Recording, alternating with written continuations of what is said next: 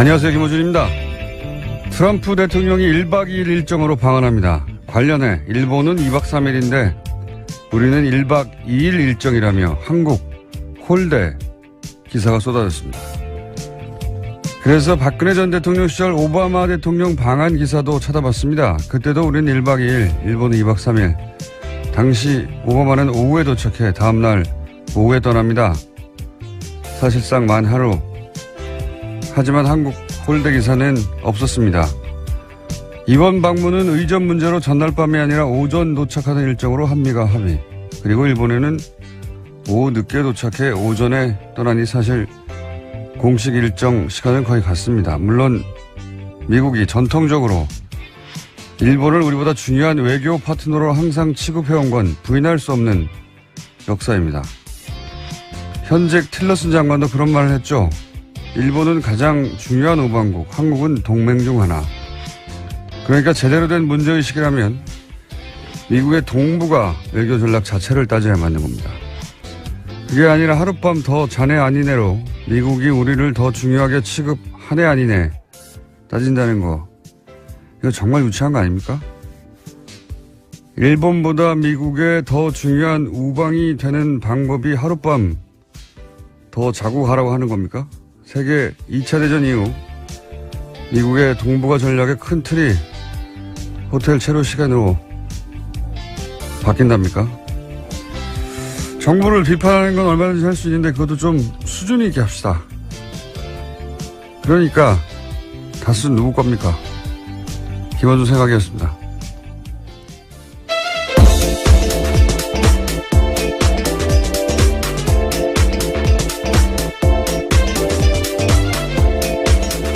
시사인의 김은지입니다. 다수 누구 겁니까? 누구 겁니까? 전 이미 방송에서 수차례 말했어요. 누구 걸로 추정된다고. 자, 네. 첫 번째 뉴스는 뭡니까?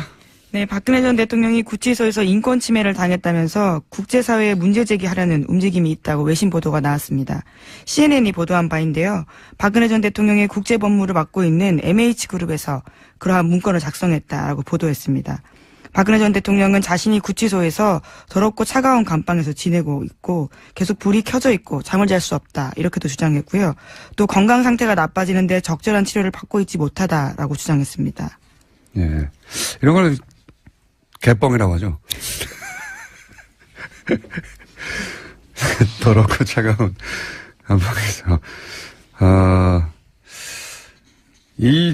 소위 이제 변호사들이 일제히 사퇴하고 도대체 이게 무슨 전략인가 했더니 이런 전략이었군요. 그러니까 이제 변호사도 없이 이렇게 더러운 감방에서 인권 침해를 받으며 정치적 박해를 당하고 있다라고 국제사회에 호소하여 외교적 압력을 가하고 기타 등등등 이런 전략이었어요. 보니까 이거 참 정말 멍청하게 짝이 없습니다. 제가 보기에는.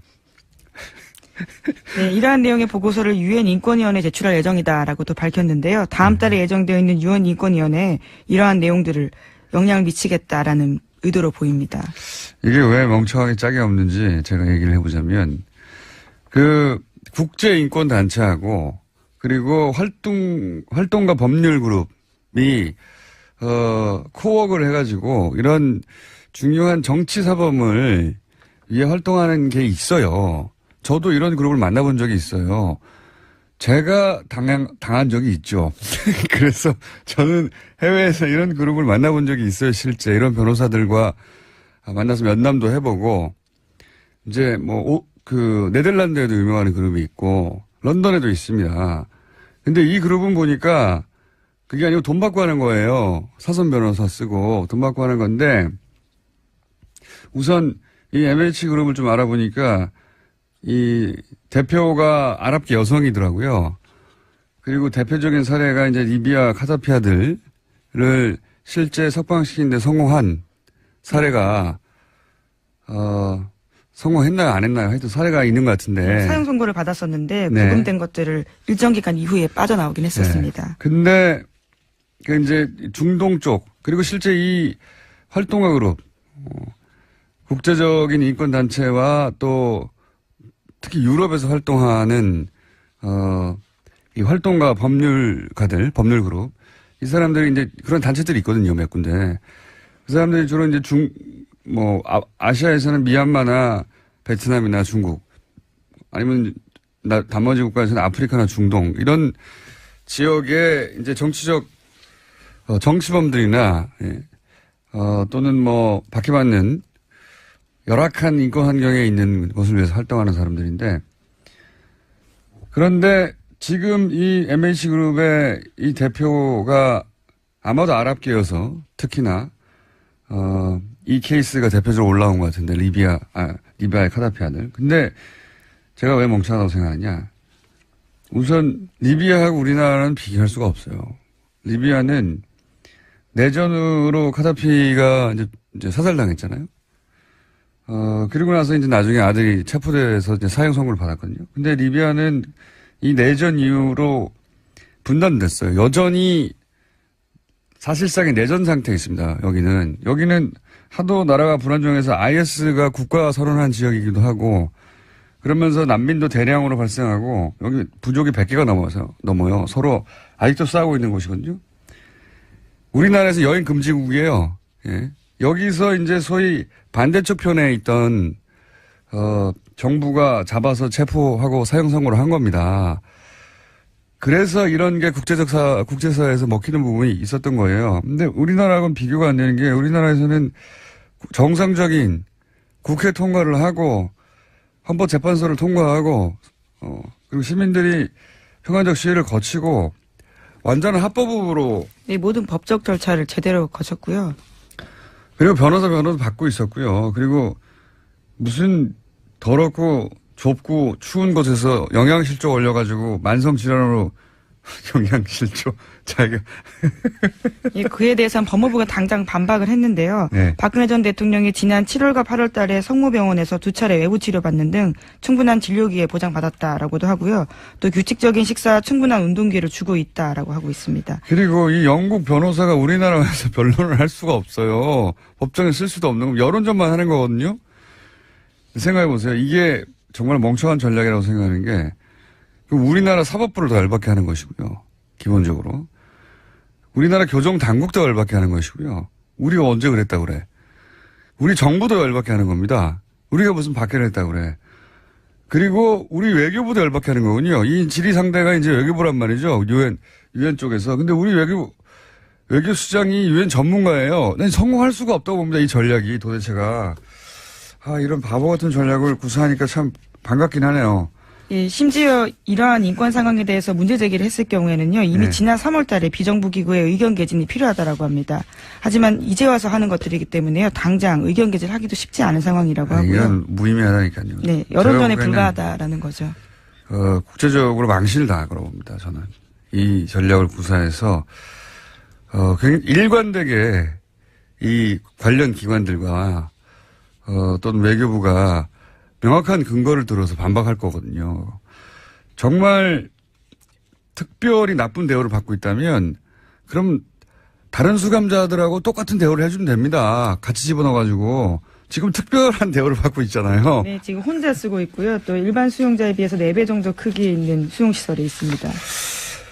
자, 이건 정말 멍청한 전략이라면 이게 어떻게 성공할 거라고 생각하는 건지. 그러면서 본인은 수감받지 않겠다고, 재판받지 않겠다고 안 나오기 시작한 거 아닙니까, 이제? 네, 원래 오늘 재판이 예정되어 있는데요. 어제 법원으로 팩스를 보냈다라고 합니다. 자필 서명서인데 오늘 건강상 문제로 나갈 수 없다라고 주장했다고 합니다. 그러니까요. 예. 아프실 예정이고, 앞으로. 누가 이런 멍청한 전략을 생각해냈는지 모르겠는데요. 예. 크게 실패할 거라고 저는 전망하는 바입니다. 네. 여기에 호응할 만한 사람들은 친박밖에 없어요. 그리고 이제 초반에, 국제적으로 이게 이제 우리나라에 대한, 인식의 수준이 또 있긴 있어요. 문제가 뭐냐면, 우리나라에서 이런, 지난 9년간, 소위 유엔 인권위에, 이런 제소들이 있었거든요. 문제 제기가 있었어요. 실제.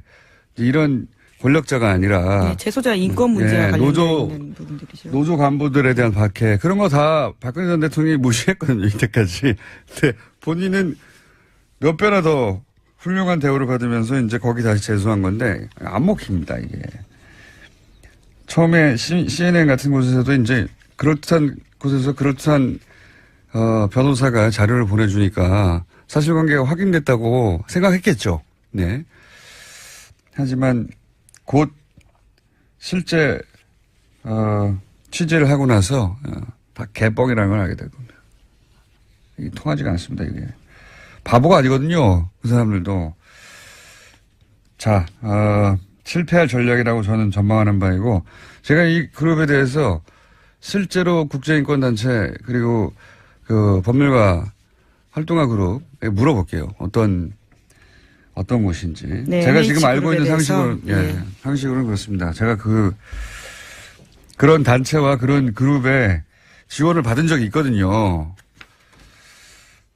논문도 해봤고, 이거는 멍청한 전략이라고 봅니다. 자, 관련해 뉴스가 많이 쏟아졌어요, 근데, 그죠? 네, 박근혜 전 대통령 관련된 것들이 계속 나오고 있는데요. 최근엔 친박계 의원들이 보낸 편지도 돌려보냈다라고 합니다. 읽어보지도 않고 보냈는데요. 친박계에서조차 자진 탈당 권유가 나오자 아예 선긋고 있다라는 분석이 나오고 있습니다. 또 자유한국당에서는 박근혜 전 대통령 출당 작업에 속도를 내고 있습니다. 서청원, 최경환 의원도 함께 출당시킨다라는 계획입니다. 그런 계획이라는 얘기는, 지금 바른정당, 탈당파, 통합파라는 말보다 탈당파라는 말이 맞는 것 같은데, 통합파하고 얘기가 급진전하고 있다, 이렇게 봐야 되겠죠? 예. 네, 어제도 관련된 여론조사 말씀드렸었는데요. 네. 그 직후에 어제 국민의당 원내대표와 바른정당 원내대표가 공식적으로 만났습니다. 그 여론조사는 국민의당에서 흘린 거고요. 예. 어떻게 합니까? 비밀리에 했는데. 흘려서 여론을 만들어 보려고 하는 거죠. 그래서 바른정당의 소위 자강파와 국민의당의 소위 안철수계, 이 기회에 합쳐야 되는 거 아니냐, 이런 이야기가 오고 가는 것 같고요. 예. 그리고 자유한국당과 이제 통합파들이 합치려고 하는 것 같고, 여하간 바른정당은, 크게 축소되거나 아니면, 국민의당과 연대하거나, 바른정당의 운명은 지금과 같을 수는 없을 것 같긴 합니다. 예, 당장 전당대회를 앞두고 있는데요. 그 앞서서 경랑에 휩싸이고 있는 겁니다. 전당대회를 치러버리면 그다음부터는 또 움직이기가 명분이 안 쓰니까요. 전당대회 전에 어떻게든 하려고 양쪽 모두 난리군요. 그렇게 쉽게 부드럽고 쉽게만 될 것 같으냐 모르겠습니다. 예. 여하간 이 박근혜 전 대통령의 움직임은 탄핵 국면에서부터 한결같이 바보 같아요. 예. 도대체 누구의 컨설팅을 받고 있는 건지, 누가 이 그룹과 컨택을 해서 아마 이제 이 그룹 대표, 그러니까 MH 그룹이라고 하는 것의 대표가 생기지도 얼마 안 됐더라고요. 여성이에요. 그 여성 자체는 실제로 제가 쓴 글도 읽어봤는데 굉장히 똑똑하고, 예, 인권과 관련된 활동 이력은 잘 모르겠고, 인식은 가지고 있는 분인데, 이 그룹을 통해서 실제, 이 일을 하게 되는 변호사는 또 따로 있더라고요. 네, 그래서 한국 기자들이 많이 접촉을 해서 의뢰인이 누구냐라는 질문들을 던졌는데요. MH 쪽에요. 알려줄 수 없다, 비밀이다라고는 밝히고 있습니다. 제가 알아보겠습니다. 네, 기대하겠습니다. 알아낼 수 있을 것도 같습니다. 예. 그보다 그렇게 넓지가 않아요. 자, 바보 같은 전략에 관련 뉴스는 앞으로 계속 나올 것 같고요. 그리고 국내에서는 이제 정당 하나를 두고, 양쪽에서 땡겨가고 있습니다. 그렇게 될지 안 될지 모르겠고, 자유한국당에서 의원들을, 이렇게 땡겨가는 것은 숫자와 시기의 문제일 뿐 성공할 것 같아요. 예. 성공할 것 같은데, 국민의당이 과연 어떤 형식으로 이 흡수든 혹은 당대당이든 연대든 간에 이룰 수 있을지는 그림이 쉽지가 않고, 예. 그리고 당 내에서도 반발이 있을 거라고 저는 봅니다. 그건 저희 고정이 되신 박지원 전 대표하고 얘기를 나눠보도록 하죠. 다음 뉴스는요?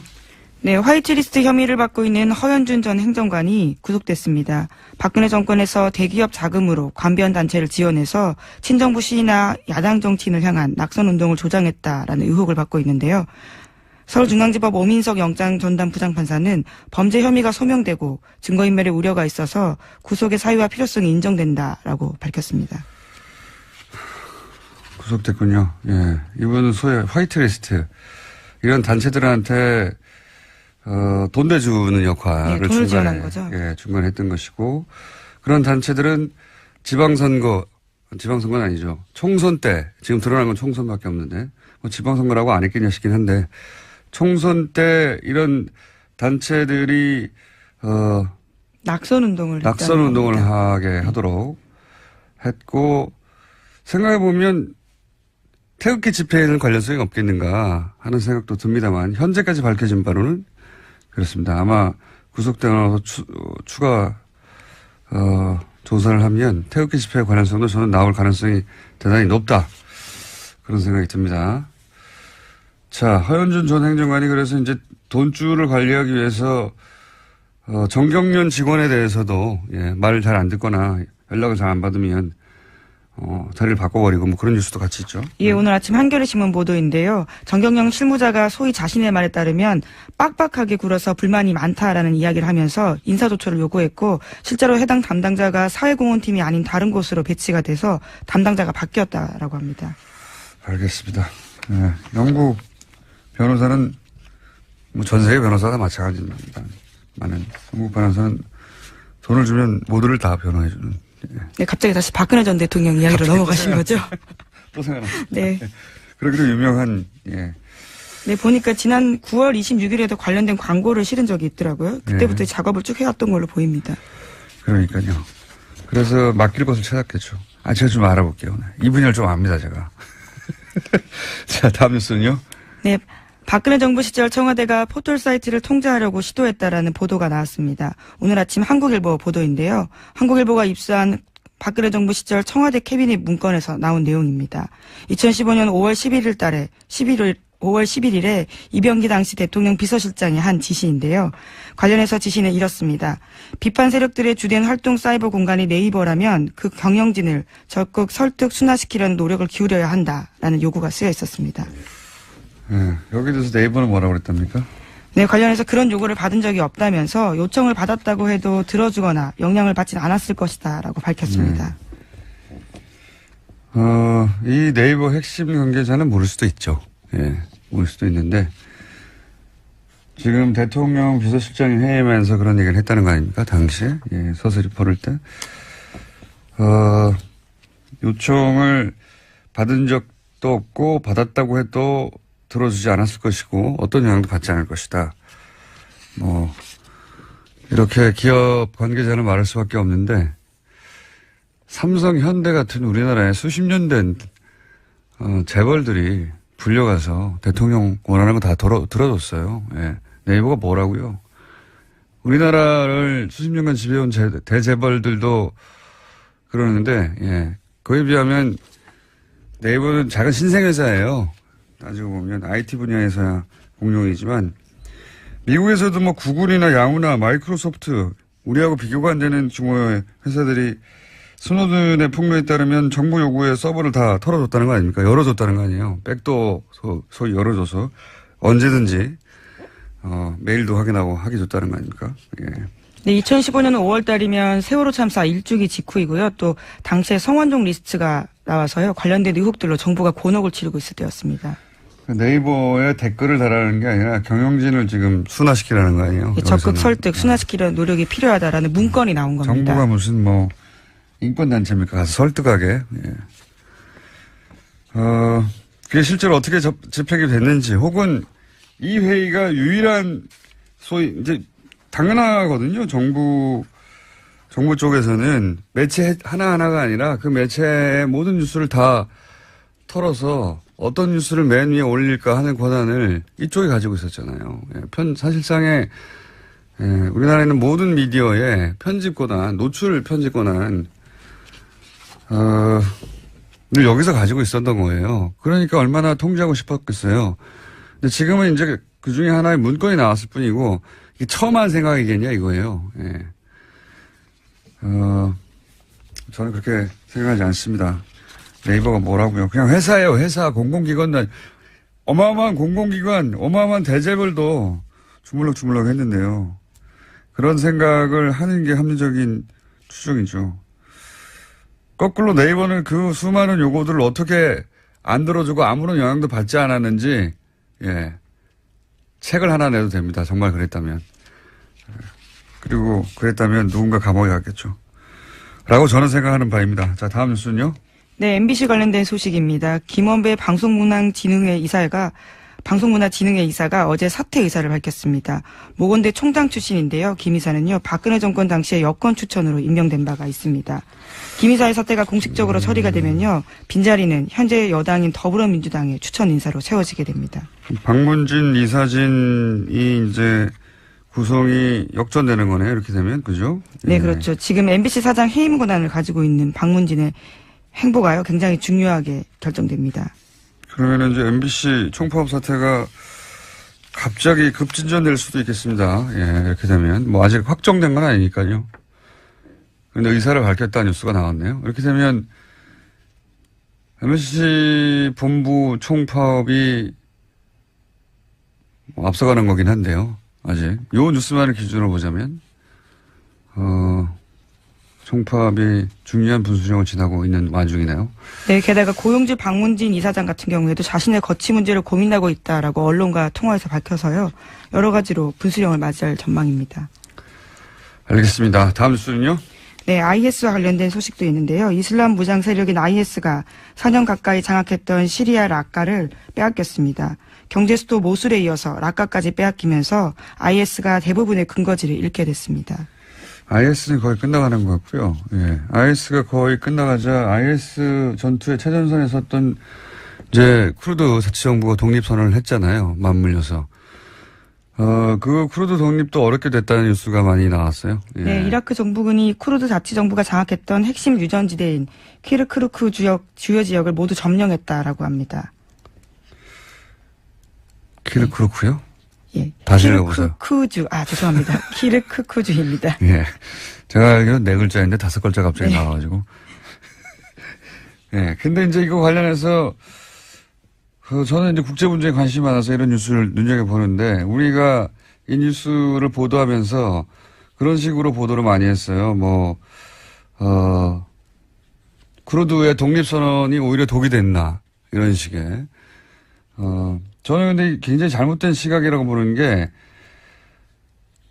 가장 최전선에 싸운 게 쿠르드였거든요. 왜냐하면 미국이랑 서방 이런 쪽에서, 이번에야말로 독립의 적기다. 니네가 공을 세우고 독립을 하라. 이런 식으로 부추겼어요, 실제. 근데 거의 다 끝나가서 실제로 이제 독립선언을 하니까, 발을 또 빼고 배신하는 거죠. 예. 트럼프 대통령은 어느 쪽도 지지하지 않는다. 중립인 척 하는데, 이것도 개뻥이고요. 쇼고. 실제로는 미국 국무부에서 반대한다고 했죠. 이미. 그리고 더 중요하게는 이라크에 있는 미국 대사에서도 반대한다고 했어요. 대사관에서도. 반대하는 거예요. 독립을. 그리고 이제 서방 국가들 다 빠져버리고 주변국도 다 빠져버리고 또 배신당한 거죠. 워낙 쿠르드가 계속해서 배신당했지만. 근데 이게 쿠르드가 판단을 잘못해서 배신당한 거다. 이렇게 혹은 욕심을 부려서 혹은 독립투표를 무리하게 밀어붙여서 이런 국내 보도가 꽤 있었어요. 이거 굉장히 서구적 시각이거든요. 생각해보시면 우리가 일제강점기에 헤이그에 막 사람 보내고 막 상해 임시정부 세우고 그렇다고 해서 일본이 탄압을 더 한다. 그래서 임시정부가 독이 됐다. 독립운동이 독이 됐다 하는 것과 마찬가지인 겁니다. 이게 일본의 시각이거든요. 우리가 왜 서구의 시각으로 이 사건을 봅니까? 이거는 서구가 배신한 거거든요. 이용하고 또다시 버린 거예요. 예. 이 뉴스는 다음에 한번 다루기로 하죠. 자세히. 네, 키르크쿠 지역입니다. 다시 한번 강조드리겠습니다. 알겠습니다. 시사인의 김은지였습니다. 감사합니다. 그것마저 알려주마. 네. 한 달 가까이, 예. 뭐랄까요. 우리가 이제 미니로 잠시 한 5, 6분 나왔다가 낑긴 코너라고 하죠. 예. 아, 그랬나요? 이렇게 그런 취급을 받다가 오늘 좀 시간이 있습니다. 자, 네. 오늘 좀 자세히 얘기해 볼까요? 우선 저 소개해 주세요. 그렇군요. 리얼미터의 권순정 조사분석실장입니다. 네, 나오셨습니다. 자, 지난주 저희가 안 하지 않았습니까? 했나요? 지난주 본 것 같은데 일주일에 두 번 얼굴을 본 것 같은데. 그래요. 지난주에. 네, 그렇군요. 저한테 자, 관심이 없군요. 네, 관심 있을 일은 없고요. 대통령 지지율이 한 2, 3주 오르다가 최근에 이제 박근혜 전 대통령이 이제 크게 퍼포먼스를 했잖아요. 네네. 네, 이런 퍼포먼스는 다른 지역은 몰라도 대구 경북에서는 영향이 좀 있는데, 그죠? 네네.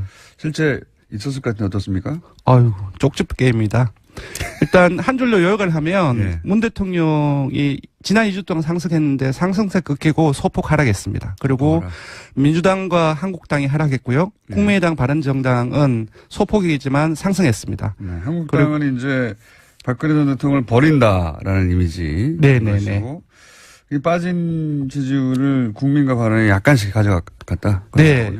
분석을 해보면 네. 희한하게 박근혜 전 대통령 정치보복 재판정 발언이 있었지 않습니까? 그 이후에 이제 과거 박 전 대통령 콘크리트 지지층 하면 영남권과 5, 60대 보수층 이렇게 했는데 네. 문 대통령의 지지층과 민주당 지지층, 이들 지지층, PK, TK 60대 이상 보수층에서 일제 이탈을 했습니다. 네. 그래서 TK 60대 보수층 중에 문 대통령에 걸쳐있던 지지층이 빠졌다. 예, 맞습니다. 예, 헌재 소장 임명 논란이라든지 예. 신고리 논란 이 부분도 있었지만 네. 가장 주요한 영향은 바로 박근혜 전 대통령 정치보복 발언 여파가 아닌가 싶습니다. 자유한국당은 콘크리트 지지층이 민주당으로부터 이탈했는데 이 이탈 지지층을 상당수를 흡수를 못했고요. 네. 반면 반사이익으로 국민의당 바른정당은 이들 콘크리트 지지층 일부를 흡수한 것으로 보입니다. 그러니까 이제 박근혜 전 대통령이 정치 보복을 당하고 있다는 퍼포먼스를 지난 주말부터 크게 했잖아요, 아주. 그렇습니다. 지난주 초입니까? 예, 네. 크게 했죠. 예. 일정 성명내고. 근데 이게 종편을 중심으로 굉장히 큰 뉴스였거든요. 그렇습니다. 굉장히 큰 뉴스였고 또 지금 뭐 국제 변호사를 통해서 여론조를 한다고 하고 그것도 큰 뉴스고 CNN에 물론 CNN 본방송엔 보도 안 됐어요. 자꾸 CNN이라고 그러는데 인터넷에 올라간 겁니다. 올라간 건데 이렇게 크게 보도가 되고 종편에서도 하루 종일 떠들고 그렇습니다. 예, 그러면서 PK, TK 60대 이상 보수층 종편의 주소율층이죠. 예, 영향을 받았어요? 예, 전통적인 구여권 지지층들이 야권으로 네. 이탈을 했다고 봐야 될 것 같고요. 근데 이제 아까 제가 말씀드렸던 것처럼 지금 전통적인 야권의 핵심이라고 한다면 자유한국당인데 상당수를 이탈한 지지층들을 흡수를 못했다는 것이 이제 포인트가 될 것 같습니다. 왜냐하면은 박근혜 전 대통령의 이런 퍼포먼스 때문에 움직인 지지층인데 박근혜 전 대통령 출당한다고 맞습니다. 하니까 예. 홍준표 대표가 출당을 강력하게 시사를 했고 일로 갈 리가 없죠. 네네. 그러니까 실제 박근혜 전 대통령 때문에 움직인 지지층이라는 게 이제 드러나는 거죠, 여기서. 맞습니다. 네. 네네.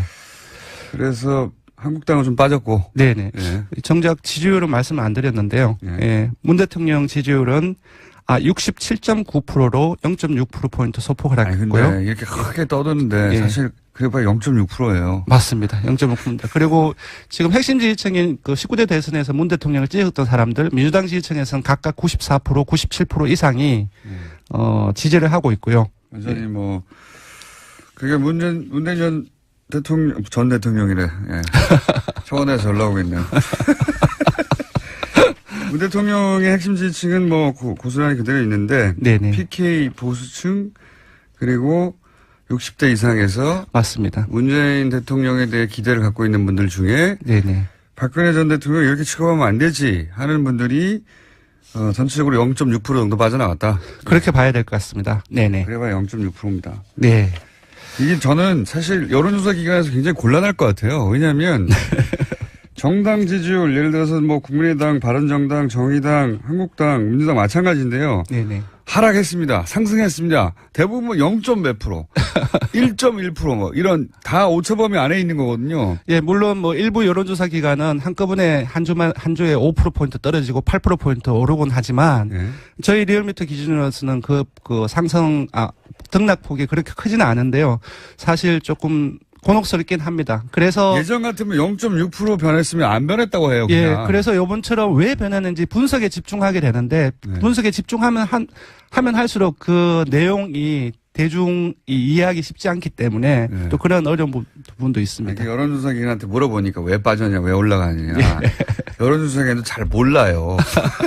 큰 폭이면 금방금방 찾아낼 수 있는데. 네네. 그러다 보니까 맨날 하는 이야기가 그게 그겁니다. 맨날 비슷비슷한. 저희도 그죠? 잘 알고 있습니다. 죄송합니다. 잘난 체서. 죄송할 것까지는 없는데. 근데 이제 이게 큰 일이 벌어진 것 같은데 보면 한 0. 몇 프로 좀 움직였고. 네. 그러니까 소폭이라고 봐야 될 것 같고요. 저희들 조사 발표가 주중 집계이지 않습니까? 그래서 내일 모레도 있기 때문에 좀 변동의 여지도 있다고 봐야 될 것 그게 같습니다. 이제 갤럽하고의 차이인 것 같아요. 갤럽은 일주일에 한 번씩 예. 발표하잖아요. 그러다 예. 보니까 그 갤럽은 희한하게 그 리얼미터보다 그 정부 여당 혹은 대통령에 대한 지지율이 더 많이 나오는 편입니다. 한 5% 정도씩, 그죠? 그렇습니다. 5% 네. 어떨 때는 8%, 9%까지 차이가 납니다. 네. 여하간 리얼미터 기준으로 0.6% 빠졌습니다. 박근혜 네. 전 대통령의 네. 정치보복 발언 또는 뭐 국제적인 여론 작업, 뭐 네. CNN 등등등으로 0.6% 빠졌고요. 다른 정당은 정당 지지도를 한번 살펴보면요. 민주당 역시 49.1%로 1.5%포인트 빠졌고요. 한국당도 강세를 유지를 했었는데 18.3%로 0.6%포인트 빠졌습니다. 반면 지난주에 공이 국민의당 바른정당에 상당히 많이 빠졌죠. 그렇죠. 국민의당은 반등했습니다. 6.3%이고요. 바른정당도 역시 6.2%로 반등했습니다. 아까 말씀드린 것처럼 민주당 역시 헌재소동 임병 논란이 이제 대통령과 다르게 조금 더 영향을 많이 미쳤다고 보는데 역시 박근혜 전 대통령의 영향이라고 생각이 들고요.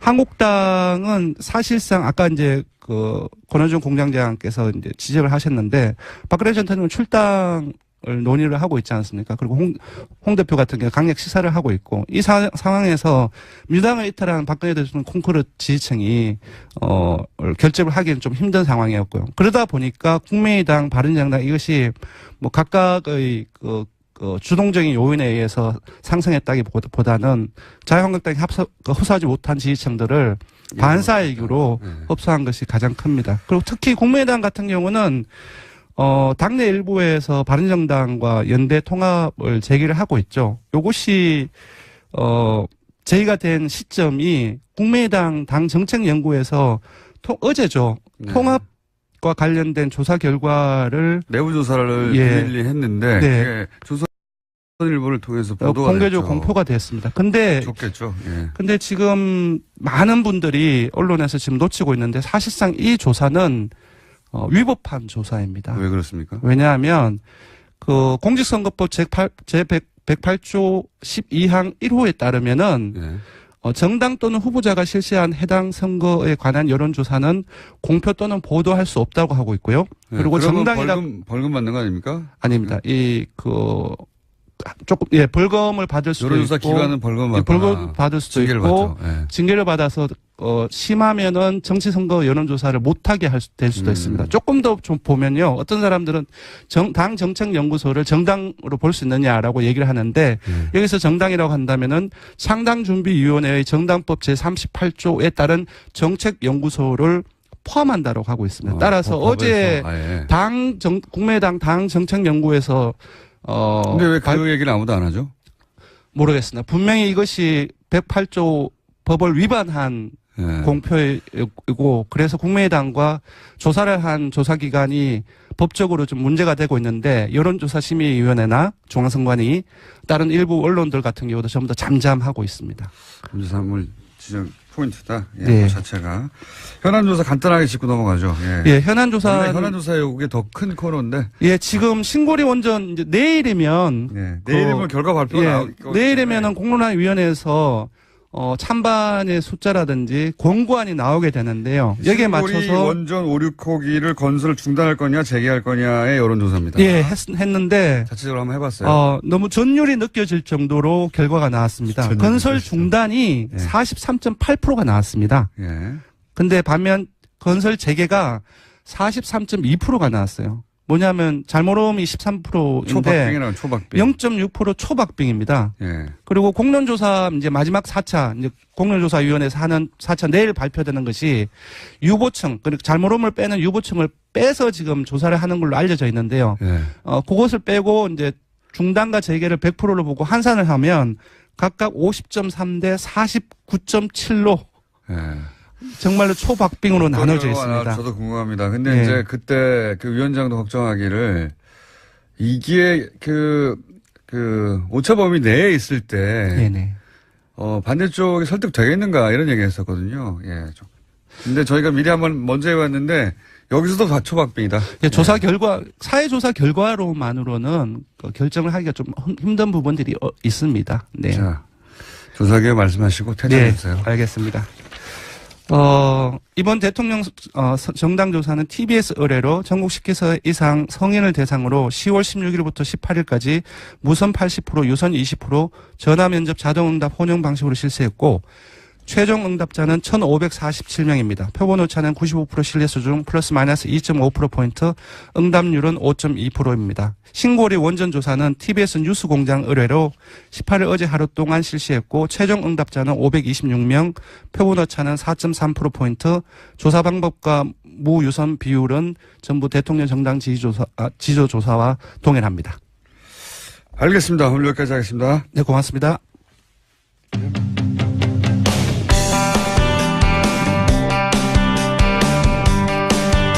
시진핑 주석 집권 2기 출범을 알리는 중국의 제19차 당대회가 시작이 됐습니다. 네, 중국 이웃나라고 대북 문제 때문에 중요한 나라고 사실은 경제관계도 크고 우리가 관심 꼭 가져야 되는 나라죠. 어떻게 돌아가고 있는지 한번 짚어보겠습니다. 중국 전문가 호서대 교양학부 전가림 교수 전화 연결됐습니다. 안녕하세요. 네, 안녕하세요. 네. 자, 언론 보도가 꽤 있긴 했는데, 예, 중국의 네. 권력 시스템에 대해서 이제 일반인들이 잘 모르다 보니까 뭐가 어떻게 되는 건지, 네. 잘 몰라서 저희가 해설을 좀 들어보려고 하는데요. 네, 그렇죠. 예, 원래 중국은 다음 후계자를 미리 지목하지 않습니까? 그죠? 네, 맞습니다. 보통 그 당 대회 2회 전에, 그러니까 네. 약 10년 전에 미리 지목하는 게 관례로 되어 있습니다. 그러니까 이제, 다음 등장할, 지도자를 10년 전에 발탁하고 5년간 키워서 그 다음에 그렇죠. 지도자로 나서게 하는 이런 후계 시스템이 계속 이어져 왔지 않습니까? 네, 맞습니다. 네. 그런데 이제 보도에 따르면 시진핑은 이번에, 자기 다음을 지목하지 않을 거라는 보도가 있더라고요. 그래도 그럴 공산이 큽니다. 과거에 어떤 관례에 의해 가지고선 후계자를 지목하는 데에는 네. 뭐 국제적인 상황 그리고 중국 국정의 어떤 상황을 상당히 반영한 거라고 보는데요. 네. 지금 상황에서는 그런 것이 좀 다소는 시대에 맞지 않는 시대의 흐름을 따라갈 수 없는 그런 구조적인 한계를 가지고 있습니다. 치열한 경쟁 구도 속에서 후보가 나서고 그 후보가 선출되는 그런 과정이 오히려 더 효율적이고 더 전문적이라고 볼 수 있기 때문에 그런 판단을 할 수도 있을 겁니다. 그러면은 시진핑 그러니까 지금까지 이제 중국 공산당이 거의 이제 10년 주기로 권력이 이렇게 싹싹 바뀌고 그 체제가 유지되다가 앞으로 시진핑은 한 번에 5년씩 하죠. 그 중국에서는 그죠? 예. 네, 취임을 하게 되면 5년 임기고 연임이 가능해서 10년을 하는 겁니다. 그런데 10년에 끝나지 않고 시진핑 같은 경우는 15년, 최소한 15년은 할 것 같다고 전망되는 거 아닙니까? 지금 외국에서 보기에. 그죠? 네, 지금 서방 언론은 그렇게 보고 있습니다. 아무래도 시진핑의 연령도 그렇고 그리고 이번 당대회를 통해서 등장하게 될 것이라고 예상하는 인물들의 면면을 보게 되면은 대부분 젊은 사람들로 구성되어 있고 또 친시진핑적인 어떤 입장을 취하고 있기 때문에 아마 시진핑의 장기 그리고 1인 독재 어떤 지배체제, 뭐 이런 것이 가능하지 않겠느냐고 전망을 하고 있는데요. 그다지 쉽지는 않을 겁니다. 왜냐하면 이익 집단이 거기에 대한 견제도 있을 것이고, 어떤 균형을 잡기 위한 그런 좀 내부적인 목소리도 무시할 수 없을 겁니다. 그러면 이 사태라고 하기보단 전개를 보고 서방 언론에서는 이제, 황제가 다시 등장한 것이다, 중국에. 네. 그리고 시진핑의 독재가 시작된 것이다. 이런 식의 비유와 분석이 많은데, 실제 중국 내에서 이 시진핑이 사실상 5년 더 하겠다고 나서는 이런 움직임에 대해서 중국 내부의 여론은 어떻습니까? 그건 지금은 제2기로 들어가는 겁니다. 그러니까 네. 정상적인 임기에 연임을 한다라고 보시면은 이상이 없고요. 근데 이제 과거에는 네. 지금 그 다음을 지목했어야 되는데 안 할 것 같으니까 이제 더 하겠다고 이제 안 할 겁니다. 왜냐하면은 과거에 지목했을 당시는 구체적인 어떤 방안보다도 국제 환경이라는 것이 전혀 고려되지 않았습니다. 지금 상황에서 보면은 중국 지도자들의 어떤 면면 속에서 가장 큰 흠결 중에 하나가 국제화된 인물들이 없다라는 겁니다. 네. 모두 다 국내에서 성장하고 국내를 기반으로 하고 있기 때문에 세계 관리라는 측면에서 보면은 중국이 우뚝 서겠다라고는 얘기하지만 그 관리의 능력에 있어서 상당한 의문을 던지지 않을 수 없습니다. 그래서 후계 구도는 아무래도 경쟁적인 관계 속에서 찾을 것이 아마 지목을 하는 사람의 입장에서도 굉장히 편할 것이고요. 또한 향후 시진핑이 어떤 1인 지배체제로 가더라도 독재라는 표현은 조금 어려울 거라고 봅니다. 왜냐하면은 중국은 기본적으로는 세 개 계파가 있거든요. 그러니까 태자당이라고 그래서 원로들의 자녀들로 구성된 한 부류가 있고요. 그리고 또 상해방과 그리고 공천단이라고 젊은 공산당원들로 구성된 그런 출신들이 있습니다. 그래서 이게 균형과 견제 시스템은 존재하는데 문제는 어떤 결정 그리고 일을 추진함에 있어가지고선 지금까지는 책임지는 사람이 별로 없었다라는 게 가장 큰 문제입니다. 그래서 책임 있는 어떤 결과를 얻어내기 위해서 권력의 집중은 또 불가피한 상황이 되었다라는 것이 지금의 현황이라고 보시면 됩니다. 그게 중국 내 분위기입니까? 네. 그러면 중국에서는 이 시진핑의 독주 체제에 대해서 그다지 비판이 없나 보죠?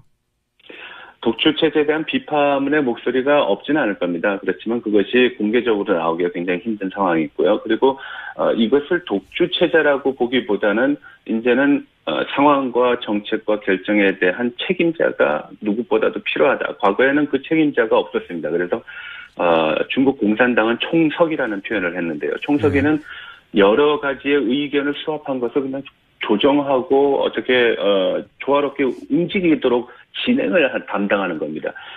결정에 대한 거부권이라든지 결정권이 없습니다. 근데 국가 주석직을 맡게 되면 주석이라는 표현을 쓰게 되면은 당 주석이라는 표현을 쓰게 되면은 거부권을 행사할 수 있습니다. 그러니까 모든 책임은 거부권을 행사하는 결정권자에 달렸다라는 거죠. 그래서 상당한 큰 차이가 있다라고 얘기할 수 있습니다. 총석이는 거부권이 없고 집단 지도 체제였는데 주석은 사실은 1인 지도 체제다. 거부권이 있는 더 막강한 권력을 갖고 있는. 그렇군요. 그러면 이번에 당 주석직이 부활할 수도 있겠네요. 네, 부활할 공산이 굉장히 큽니다. 왜냐하면은 지금까지 흐름 자체가 좀 그런 방향으로 가고 있습니다. 자, 그러면 중국이 이렇게 시진핑 중심으로 권력이 강화되고 있는 가운데 이게 우리나라에 어떤 영향을 미칠까요? 이게 너무 포괄적인 질문이니까 대북 문제라든가 사드 문제로 국한해서 얘기하자면?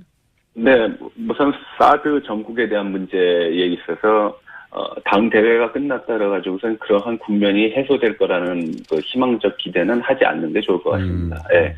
왜냐하면은 이미 심각한 문제라고 우리가 평가해야 되는 거는 중국 인민들의 머릿속에 각인이 됐다라는 거죠. 한국이 어떤 나라다. 그리고 우리를 등 뒤에서 칼을 꽂는 그런 나라 정도로 인식을 하고 있다는 것이 가장 큰 문제고요. 그리고 중국이 지금 지향하는 것이 2020년까지는 세계 경제 강국 그리고 온 인민들이 다 중등국가 수준의 경제를 향유하는 것. 그리고 2050년대 건국 100주년이 될 때는 세계 초강국이 되겠다는 얘기를 했으니까. 네, 미국을 이해했다는 거죠.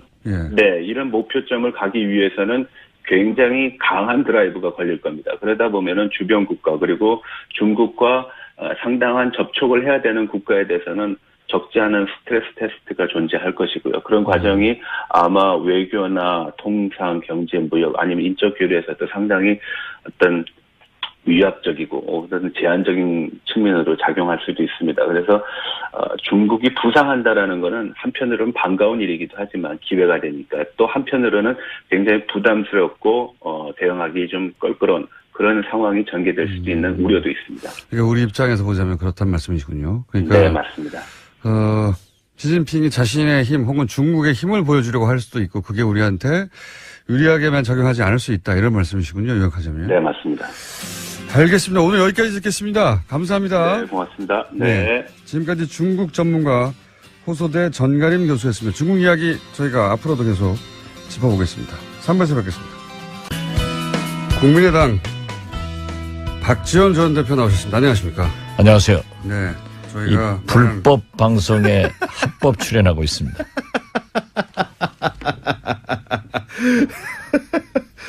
불법 방송이라고 국민의당에서 열심히 지금 국감에서 지난주에 나오셨을 때 이제 대표님께서 시사 방송을 하도록 만들어 주었다라고 말씀하시지 않습니까? 그렇습니다. 예. 예. 국민의당에서 컨센서스가 그 부분에 대해서 안 이루어졌나 봅니다. 예.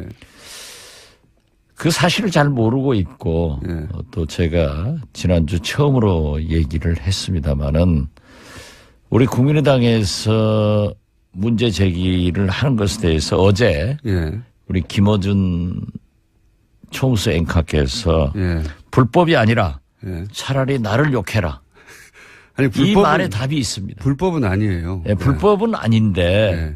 김어준 총수의 불공정 진행에 대해서 얘기하는 것 같아요. 아니 그러면 처음부터 김어준이 마음에 안 드니 김어준을 잘라 이렇게 해야 되는 거 아닙니까? 아니 글쎄 좀 치사하게 TBS를 다 아니, TBS가 무슨 잘못을 했다고? 그러니까 지금 보면은 예. 교통방송 허가 중에 TBS는 교통과 기상을 중심으로 한 방송 사항 전반을 다룬다고 예. 돼 있어요. 그리고 허가증에는 보도를 못하게 하지 않았어요. 예, 글쎄 그러한 것도 없고 예. 2013년 재허가 속기록에도 예. 뉴스와 시사 프로그램을 한다는 것으로 당시 기록되어 있다고 합니다. 네, 이명박도 박근혜도 노무현도 김대중도 다 문제 삼지 않았던 합법 방송입니다. 그렇기 때문에 예. 이번에 그 과학정보통신위에서 예. 이호성 방통위원장이 좀 아리송한 답변을 하신 것 같아요. 그 대목에서는 잘 모르셨던 것 같아요. 예. 네. 그래서 저는 이게 이렇게 문제는 불공정 진행하는 김어준 총수가 떠나주는 것이 교통방송의 발전을 위해서 필요하다. 이렇게 지적을 하고요. 차제 방통위원회에서 예. 정확한 예. 그 행정 절차를 밟아놓는 것이 바람직하다. 그럼 이렇게 일단 생각합니다. 이 TBS가 시사 방송을 하는 것은 합법임을 네. 박지원 대표께서 제가 합법이라고 하지 않았고 저는 불법 방송에 합법으로 출연하고 있다. 이렇게 처음에 정의를 했으니까 예. 그 행정적 절차를 밟아놓는 것이 미래를 위해서 좋고 제일 좋은 것은 거듭 말씀드리지만 김어준 총수가 나가주는 것. 그렇게 얘기하면 이야기가 쉽습니다. 그러니까 그렇게 하세요. 그러면 제가 싫다. 쉬운 거를 두고 왜 돌아가려고 그래. 그러면 그렇게 얘기를 하면 저는 싫다 그럴 거거든요.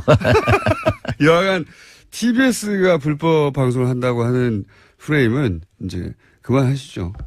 글쎄요, 저도 지금 아주 고민이에요. 고민이시죠. 우리 당 의원들이 저한테도 의견을 물어왔고, 예. 그래서 저도 그러한 과거 김대중 대통령님께 보고해서 우리가 했던 거다 예. 이런 설명을 했지만은 아직도 그러한 것이 명확하게 정리되지 않고 있는 것은 좀 유감스럽습니다. 그래서 법이 미비하다는 거하고 불법하고는 다른 얘기 아닙니까? 아니 어떻게 됐든 예. 이호성 방통위원장도 국회 상임위 답변에서 좀 아리송한 답변을 했기 때문에 방통위에서 정리를 하는 것이 가장 바람직하다. 그렇죠. 독립법인으로 바꾸는 게 그러면 이런 문제를 확 없애는 가장 깔끔한 해결책입니다, 사실은. 예. 사실 이제 교통방송은 경찰에서 하고 있잖아요. 서울만 네. 서울시에서 하고 있어서 제가 그때도 그 트라이한 게 예. 교통방송을 경찰로 전부 넘기고 예. 서울은 뉴욕시도 그렇거든요. 예. 뉴욕 방송이 있어요. 예. 서울시 방송을 별도로 하는 것이 어떠느냐라고 했는데 서울시에서 교통방송을 경찰로 안 넘겨줘서 예. 각 지역에 지금 교통방송이 다 있어요. 네, 있습니다. 그러니까 우리 TVN입니다, 당에서 지적하는 거기는. 대로 예. 뭐 대구에서 부산에서 교통방송 신청해서 이 시사 프로그램을 하면 어쩌느냐 예. 그런 얘기를 하는데 그것은 아마 경찰에서 하지 않으니까 그렇죠. 별 문제가 없을 그건 걱정 거예요. 안 하셔도 될 것 예. 같고요. 그러니까 이 서울 교통방송만 제일 좋은 것은 김어준 총수가 나가고 두 번째는 방통위원회에서 행정적으로 해놔라 하는 것을 권합니다. 다음부터 이 코너를 없애도록 하겠습니다. 당연합니다. 그럼 제일 좋습니다. 저도 관두고 대표님도 관두고. 예. 저는 당장 간두겠습니다. 자, 어쨌든 불법이라고 주장하시는데 국민의당에서는 그 무리한 주장을 저는 봅니다. 네, 법적으로도 그렇고. 네, 이 얘기는 여기까지만 하고요. 자기 얘기만 딱 결론 내놓고 네. 그만하자고 하니까 불공정 방송. 억울하시면 진행을 하십시오. 네. 이게 지금 시급한 그보다 훨씬 시급한 문제가 있어요 보니까 바른정당은 이제 아마 분당 수준으로 흩어질 것 같다고 이미 말씀하셨는데 거기서 끝나는 게 아니고 그거는 지금 현재 진행형이고요. 갑자기 그렇다면 바른정당의 잔류 혹은 자강이라고 불리는 자유한국당과 통합하지 않겠다고 하는 쪽 그쪽이 국민의당과 통합할 수도 있다 하는 이야기가 갑자기 국민의당에서 비밀리에 자체 조사했던 게 조선일보에 실리면서 수면 위로 올라왔습니다. 일단 첫 번째 질문은 이 비밀 여론조사가 조선일보에서 이제 보도가 됐는데 이거는 국민의당에서 준 거겠죠? 뭐 제가 어디에서 줬는가 예. 이것은 잘 모르겠습니다. 많은 됐든 통상 이제 추정해 보면 준 거 아니겠습니까?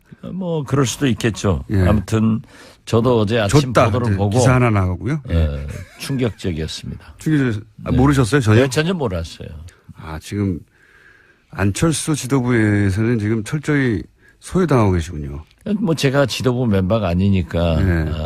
그렇다고 하더라도 이제 그렇더라도 국민의당에서- 이런 중요한 것은 중진들하고 얘기를 하고 네.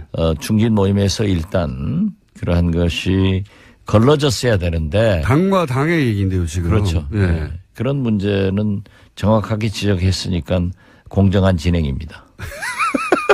본인에게 유리한 것만. 아니 그러면 당내에 대표님뿐만 아니라 소위 이제 중진이라고 하는 분들이 전혀 몰랐던 거예요? 전부 몰랐다고 그래요. 아 그래요? 예. 그럼 안철수 대표 지도부에서만 지금 진행했던 내용입니까? 뭐 일부 측근들은 알고 있었는지 모르겠습니다만은 예. 어제 보도가 되고 이게 어떻게 당 중진도 모르고 진행될 수가 있죠? 뭐 당이 꼭 그렇게 소통을 강조하고 청와대 대통령한테는 그것을 요구하면서 예. 당내에서는 야당은 본래 잘 안 해요. 잘 안 해요. 저부터 그러니까 뭐 모르셨다. 예. 그래서 깜짝 놀랐다. 그럼 일단 그렇죠. 듣지 못했다가 그 뉴스를 본 중진들의 1차 반응은 어떻습니까? 대표님을 포함해서. 저는 하도 아침에 기자들에게 전화가 많이 와서 예. 이건 지금 국정감사에 매진하고 있고 비교적 우리 국민의당 의원들이 국정감사에서 아주 잘하고 있다는 평가를 받고 있는데 예. 왜 이렇게 지금 불필요한 일을 지금 하느냐. 예. 또 안철수 대표 제2창당위원회에서 시도 지역위원장 예. 각 지역위원장을 사퇴시키라고 하니까 전원 사퇴시키려고 하는 겁니까? 예, 거기도 부글부글 끓고 있어요. 왜 이렇게 전열을 낭비하느냐. 이러한 것은 설사 좋은 일이더라도 국정감사가 끝나고 예. 전열을 정비할 때 또는 소통을 해서 하는 것이 좋지 않느냐. 그래서 저는 좀 신중하게 접근해달라. 사실상 예. 반대하는 입장을 SNS를 통해서 밝혀놨습니다. 대표님은 일단 이런 식으로 국민의당과 바른정당이 이런 식의 통합을 물밑에서 하고 있는 것에 대해서 일단은 반대하시는 거고요. 그죠? 시기적으로. 네, 그렇습니다. 시기적으로 아니, 부적절하고. 그러고 정당이란 게 가장 중요한 게 정체성입니다. 예. 정체성인데 오늘 아침 유시민 바른정당 전 대통령 후보의 중앙일보 인터뷰를 읽어보니까 유시민이 아니라 유승민을 말씀하시죠. 죄송합니다. 예. 유승민. 저는 대통령 후보가 유시민이 됐으면 좋겠다 하니까 자꾸 유시민. 유승민을 씨의 그 인터뷰를 보니까 예. 우리 국민의당이 첫째 예. 햇볕 정책을 예. 또 포기하고. 예. 예. 호남 이주를 이걸 예. 버려야 된다. 그러니까 지역을 라고 탈피하고 했는데 그 얘기죠. 이것은 도저히 우리가 양보할 수 없는 원칙입니다. 예. 우리는 대북 문제에 대해서 DJ의 햇볕 정책과 이념을 계속 발전시키고 있고 또 우리가 왜 호남을 버려야 됩니까? 그러면 유승민 후보는 전 후보는 대구를 버립니까? 또 못 버리고 있죠. 예, 강경 보수 강경 대북 정책을 버립니까? 그래서 저는 정체성에서 문제가 된다 이렇게 보고 있습니다. 정치는 제일 중요한 게 정체성이에요. 근데 안철수 대표는 이제 이미 진작부터 여기서 진작부터라는 건 대선 기간 동안에도 왜 DJ의 대북 정책, 햇볕 정책을 계승하느냐는 질문에 대해서 대단히 모호하게 답변해 왔지 않습니까, 이미. 그러니까 훨씬 쉽게 접근할 수 있지 않을까요? 그렇지만 안철수 대표는 국민의당의 정책은 DJ 이념이다. 예. DJ다. 이렇게까지 단정적으로 얘기를 했으니까. 그때는 이제 호남의 표가 필요했을 때 그런 거고요. 뭐 정치인이란 게 다 예. 원칙을 가지고 얘기하는 거니까 저는 안철수 대표가 그렇게 햇볕 정책을 버리고 호남을 버리겠다라고 하는 그렇게 말은 것은 안 하겠죠. 모호하게 하겠죠. 모호하게. 아니라고 생각합니다. 만약에 그런데 보시기에 국민의당이 바른정당과 통합이 꼭 필요하다고 적어도 지금 현재 국민의당 안철수 지도부는 생각하는 것 같은데 그러면서 이런 정체성을 아예 버리지는 않지만 약간 모호하게 만들어서 바른정당의 지금 자강파가 올 수 있는 수준까지 완화시키면 모호하게 해서요. 모호하게 하시는 건 잘하니까. 그러면 그렇게 질문을 하니까 네. 불공정 진행이라고 이게 하고. 뭐 불공정 진행입니까? 이게 사실인데요, 이게. 사실 아니죠. 곤란하니까 사실이 아니라고 하시는 거예요. 아니에요. 그게 아니고. 그럴 경우에 대표님은 어떻게 하실 겁니까? 약간 지금 저는 뭐 그렇게까지 진척되리라고는 생각하지 않습니다. 어렵다고 보십니까? 예, 그렇기 때문에 제가 어제 SNS를 통해서 밝힌 대로 오늘 아침에 뭐 보도들이 많이 됐더라고요. 좀 신중한 접근이 필요하고. 대표님이 반대하실 거 아니까 몰래 했죠, 이렇게. 뭐 꼭 그런 것은 아니에요. 예. 찬성하는 사람도 몰래 했다고 그러더라고요. 그래요? 대부분이 그건 몰랐다는 얘기네요. 그러면. 대부분 몰랐어요. 조선일보만 알았다는 거네요. 그건 모르죠. 남 당내. 언론이 특정한 것에 대해서 제가 예. 시샘할 필요는 없다고 생각합니다. 특종이 아니고 준 거죠, 준 거. 왜냐하면 이런 여론이 필요했나 봅니다. 그 안철수 지도부에서는 이게 이제 통합되면 좋다라고 하는 여론이 필요하니까 이런 기사를 내게 만들었죠. 우리 당내 일부 의원들은 그러한 얘기를 줄기차게 해온 사람도 그렇죠. 있어요. 있겠죠. 또 뭐 그런가 하면은 민주당과 통합을 해야 된다 예. 하는 얘기도 하는 사람들도 있는데 비율이 얼마 정도 됩니까? 글쎄요, 나는 뭐 본래 관심이 없어서 카운트는 안 해봤습니다. 관심 많으시면서. 아니요, 진짜요. 또 관심 많은 걸 일일이 다 그렇게 그냥 공개할 수는 없으니까. 공개할 수는 없는 거죠. 예. 저도 그럼 다른 언론이 줘가지고 할까요? 네, 저희한테 주세요. 지금 내부적으로는 좀 복잡하겠습니다. 그럼 국민의당 내부에서. 네, 복잡합니다. 그죠? 예. 상당히. 그러니까 여러 가지 갈래길이 있지 않습니까? 지금 이대로 아니면은 바른정당 혹은 뭐 민주당과 연대해야 되지 않느냐. 적어도 크게 보자면 세 갈래 정도는 있는 거 아닙니까? 그죠? 그렇죠. 그러나 저는 예. 총선 민의가 예. 다당제, 예. 3당제였습니다. 그리고 바른정당은 총선 후에 예. 박근혜 대통령 탄핵으로 인해서 분열된 예. 새누리당이 분열돼서 한국당 바른정당으로 갔기 때문에 저는 바른정당과 저희들하고 또는 민주당과 정의당과 예. 이 개혁벨트를 구성해서 약 190여석이 되거든요. 예. 그러면은 문재인 대통령이 오히려 국회 선진화법을 뛰어넘어서 예. 법과 제도에 의한 개혁을 했으면 좋겠다 예. 하는 생각을 가지고 그 사당이 예. 연정이나 또는 이 개혁벨트로서 한번 트라이했으면 좋겠다 하는 생각을 가졌지만 어떻게 됐든 대통령께서 받아들이지 않았고 또 지금 민주당이나 청와대에서는 그때 그렇게 했어야 된다 예. 하는 얘기를 하는 분들도 있어요. 예. 그렇지만 저는 국민들이 왜 총선에서 제3당인 국민의당을 선택했겠느냐. 그 너무 극단적인 양당제가 너무 싸움만 하고 일당 독주 이런 것들이 나가기 때문에 완충이 필요하다 해서 3당제가 됐다고 하면은 우리 국민의당은 국민의당대로 국민의 뜻을 따라서 선도정당으로서 일해 나갔으면 훨씬 좋다. 예. 이런 생각을 또 우리 당에 많이 가지고 있습니다. 대표님은 그렇게 생각하실지 모르겠는데, 예. 지금 안철수 대표가 오히려 자유한국당보다 더, 공격적 아닙니까? 제 말은 양당이 극단적인 대립을 하는데 국민의당이 중간에서 균형을 잡아주는 게 아니라 국민의당이 가장 선봉에 서서, 문재인 대통령도 공격하고 안철수 대표가 항상. 공격이야. 제가 문재인 대통령을 그건 대선 때고요. 제일 많이 하지만 예. 지금은 저는 이 대북 문제에 대해서 문재인 대통령이 아주 잘하고 있다. 또 적폐청산. 제 말은 국민의당이 지금 중도에서 이렇게 양쪽을 총선민이라고 하셨는데 잘 안정시키며 혹은 뭐 토닥거리며 중간에 선도정당 역할을 하는 게 아니라 최전선에 서서 오히려 양쪽 정당보다 더 첨예하게 본인의 존재감을 드러내기 위해서 공격적인 발언을 안철수 대표가 하고 있으니 사실은 그 역할도 안 하고 있는 거 아닙니까? 뭐 존재감을 드러낸다는 것보다도 예.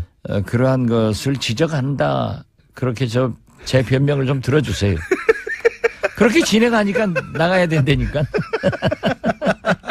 그게 나무 아픈 것만 찔러요. 대표님, 다스는 누구 겁니까? 예? 다스는 누구 겁니까? MB 거죠 뭐. 그거 모르는 사람 어디 있어요? 아니, 저는 MB나 박근혜 대통령의 그 잘못은 어떠한 경우에도 예. 척결돼야 돼요. 예. 지금 추명호 예. 국정원 국장이 뭐 구속된다고 그러는데요. 네. 제가 맨 처음 2014년으로 기억하는데요. 원내대표로서 정보위원이 돼가지고 국정원 업무 보고를 받으면서 첫 질문이 추명호 국장이 일어서세요. 해가 지적을 해서 진저부터 시작하셨죠. 예. 네, 계속 지적을 했는데 네. 그게 이제 비공개 회의니까 안 알려졌죠. 정보 왕이십니다, 예. 진짜. 그때 만약에 네. 이 사람들이 추명호를 그렇게 조치를 했으면 이런 일 안 나요. 그때 어떻게 아셨어요? 만만해. 예. 지금도 제가 재판 받는다니까요. 그러시죠. 그때도 그 3인방 인사가 문제가 있다 예. 했을 때 검찰에서 수사를 하지 않고 저만 기소해가지고 지금 뭐 재판 또 받고 있는데요. 아무튼 이명박 정부나 박근혜 정부는 탄생하지 말았어야 될 그런 대통령들이에요. 지금 보세요. 박근혜 대통령 말이지.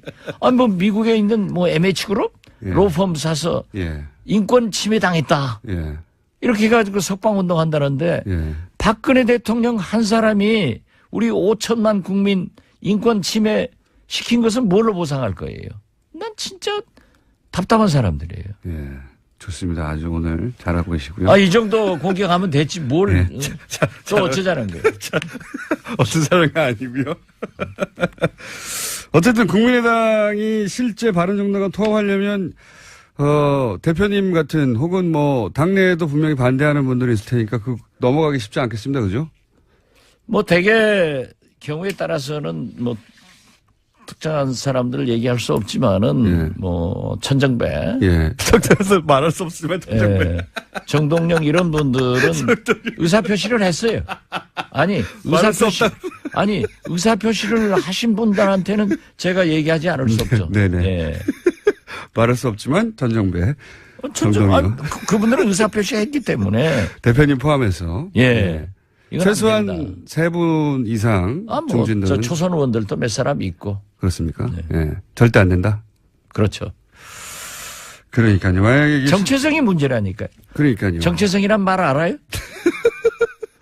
그런 것도 모르면서 진행하니까 자꾸 불공정 소리 듣는 거예요. 실력이 너무 없어. 이렇게 곤란한 질문 받으면 넘어가려고 그러는 거예요. 바른정당에서 몇 명이라고 할까요? 저는 그렇게 오지 않을 거예요. 많이 가지는 않을 것이다. 네, 저는 뭐 지금 바른정당 몽땅 20명인데 네. 자유한국당은 몇 명 합니까? 자유한국당으로 저는 거의 대부분. 거의 대부분 갈 거예요. 한 12에서 15 보고 있어요. 그렇게까지 많이 보십니까? 결국 그렇게 될 거예요. 결국. 예. 뭐 1차가 좀 부족하더라도. 예, 그렇죠. 예. 2차를 통해서라도. 예, 예. 글로 흡수되고 남은 사람은 그렇게 많지 않을 그렇죠. 것이다. 예. 그렇기 때문에 홍준표 대표가 무서운 사람이에요.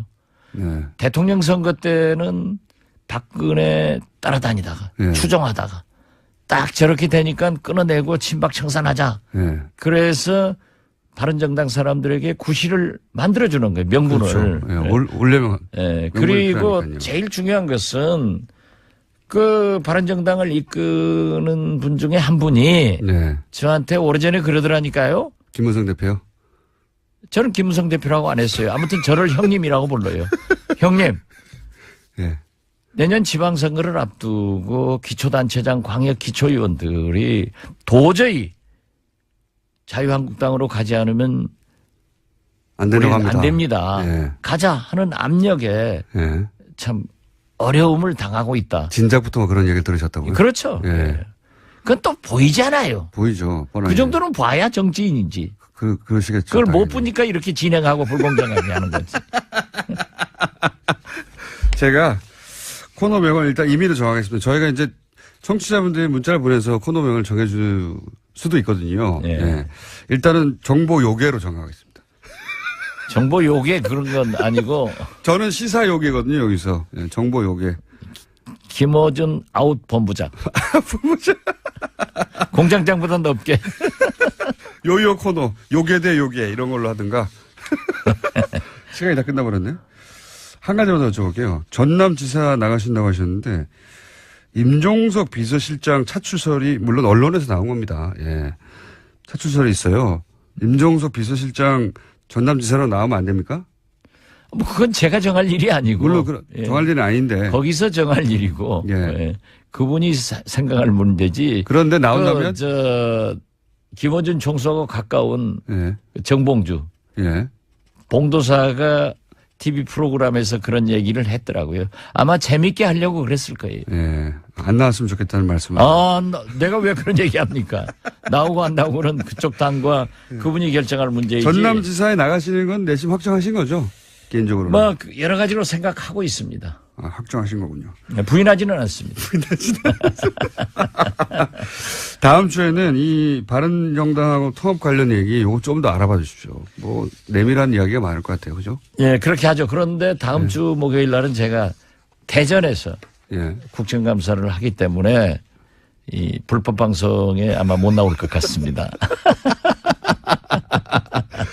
전화 연결이라도 가능하면 한번 해보도록 하겠습니다. 오늘은 그러면 여기까지. 예. 불법 방송에 합법 출연하신 불량 게스트 이제 제대로 하시네요. 그리고 불량 진행자를 잘 응대한 합법 진행자 김어준이었습니다. 박지원 대표였습니다. 감사합니다. 예, 감사합니다. 통과할 거라고 생각하는 건지 그러면서 본인은 수감받지 않겠다고 재판받지 않겠다고 안 나오기 시작한 거 아닙니까 이제. 네, 원래 예. 오늘 재판이 예정되어 있는데요. 어제 법원으로 팩스를 보냈다라고 합니다. 자필 서명서인데 오늘 건강상 문제로 나갈 수 없다라고 주장했다고 합니다. 그러니까요. 예. 아프실 예정이고 앞으로 누가 이런 멍청한 전략을 생각했는지 모르겠는데요. 예. 크게 실패할 거라고 저는 전망하는 바입니다. 네. 여기에 호응할 만한 사람들은 친박밖에 없어요. 그리고 이제 초반에 국제적으로 이게 이제 우리 우리나라에 대한 뭐랄까 인식의 수준인 것도 있긴 있어요. 문제가 뭐냐면 우리나라에서 이런 지난 9년간 소위 유엔 인권위에 이런 제소들이 있었거든요. 문제 제기가 있었어요. 실제 이런 권력자가 아니라 네, 재소자 인권 문제와 관련된 있는 부분들이죠. 노조 간부들에 대한 박해 그런 거 다 박근혜 전 대통령이 무시했거든요. 이때까지. 근데 본인은 몇 배나 더 훌륭한 대우를 받으면서 이제 거기 다시 재소한 건데 안 먹힙니다. 이게. 처음에 CNN 같은 곳에서도 이제 그럴듯한 곳에서 그럴듯한 변호사가 자료를 보내주니까 사실관계가 확인됐다고 생각했겠죠. 네. 하지만 곧 실제 취재를 하고 나서 다 개뻥이라는 걸 알게 되거든요. 이게 통하지가 않습니다. 이게 바보가 아니거든요. 그 사람들도. 자, 실패할 전략이라고 저는 전망하는 바이고 제가 이 그룹에 대해서 실제로 국제인권단체 그리고 법률가 활동가 그룹에 물어볼게요. 어떤 곳인지. 네, 제가 지금 알고 있는 대해서, 상식으로는 그렇습니다. 제가 그런 단체와 그런 그룹에 지원을 받은 적이 있거든요. 논문도 해봤고, 이거는 멍청한 전략이라고 봅니다. 자, 관련해 뉴스가 많이 쏟아졌어요, 근데, 그죠? 네, 박근혜 전 대통령 관련된 것들이 계속 나오고 있는데요. 최근엔 친박계 의원들이 보낸 편지도 돌려보냈다라고 합니다. 읽어보지도 않고 보냈는데요. 친박계에서조차 자진 탈당 권유가 나오자 아예 선긋고 있다라는 분석이 나오고 있습니다. 또 자유한국당에서는 박근혜 전 대통령 출당 작업에 속도를 내고 있습니다. 서청원, 차경원 의원도 함께 출당시킨다라는 계획입니다. 그런 계획이라는 얘기는, 지금 바른정당, 탈당파, 통합파라는 말보다 탈당파라는 말이 맞는 것 같은데, 통합파하고 얘기가 급진전하고 있다, 이렇게 봐야 되겠죠? 예. 네, 어제도 관련된 여론조사 말씀드렸었는데요. 네. 그 직후에 어제 국민의당 원내대표와 바른정당 원내대표가 공식적으로 만났습니다. 그 여론조사는 국민의당에서 흘린 거고요. 예. 어떻게 합니까? 비밀리 했는데. 흘려서 여론을 만들어 보려고 하는 거죠. 그래서 바른정당의 소위 자강파와 국민의당의 소위 안철수계, 이 기회에 합쳐야 되는 거 아니냐, 이런 이야기가 오고 가는 것 같고요. 예. 그리고 자유한국당과 이제 통합파들이 합치려고 하는 것 같고, 여하간 바른정당은, 뭐랄까요. 크게 축소되거나 아니면, 국민의당과 연대하거나, 바른정당의 운명은 지금과 같을 수는 없을 것 같긴 합니다. 예, 당장 전당대회를 앞두고 있는데요. 그 앞서서 경랑에 휩싸이고 있는 겁니다. 전당대회를 치러버리면 그다음부터는 또 움직이기가 명분이 안 쓰니까요. 전당대회 전에 어떻게든 하려고 양쪽 모두 난리군요. 그렇게 쉽게 부드럽고 쉽게만 될 것 같으냐 모르겠습니다. 예. 여하간 이 박근혜 전 대통령의 움직임은 탄핵 국면에서부터 한결같이 바보 같아요. 예. 도대체 누구의 컨설팅을 받고 있는 건지, 누가 이 그룹과 컨택을 해서 아마 이제 이 그룹 대표, 그러니까 MH 그룹이라고 하는 것의 대표가 생긴 지도 얼마 안 됐더라고요. 여성이에요.